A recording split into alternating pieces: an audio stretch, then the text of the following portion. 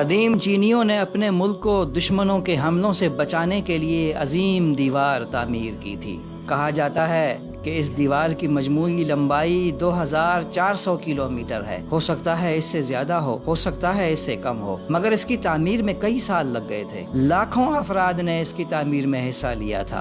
یہ بھی کہا جاتا ہے کہ چین کی یہ عظیم دیوار خلا سے بھی نظر آتی ہے۔ حقیقت بھی یہی ہے کہ قدیم چینیوں نے عظیم دیوار تعمیر کی تھی۔ جب دیوار تعمیر ہو گئی تو چینی بہت خوش ہوئے اور اسے ناقابل تسخیر سمجھتے رہے، مگر دیوار چین کو ابھی تعمیر ہوئے 100 سال بھی پورے نہیں ہوئے تھے کہ چین پر 3 مرتبہ دشمنوں کے حملے ہوئے۔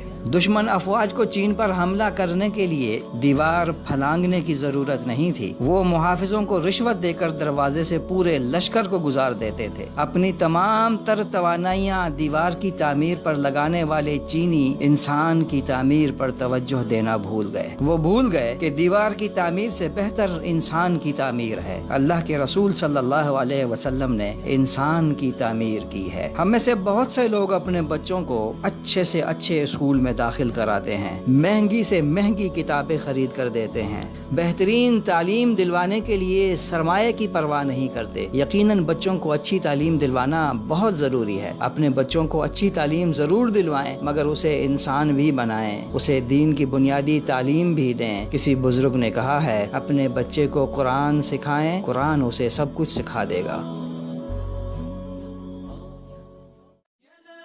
یا لا لا لا یا لا لا لا یا لا لا لا یا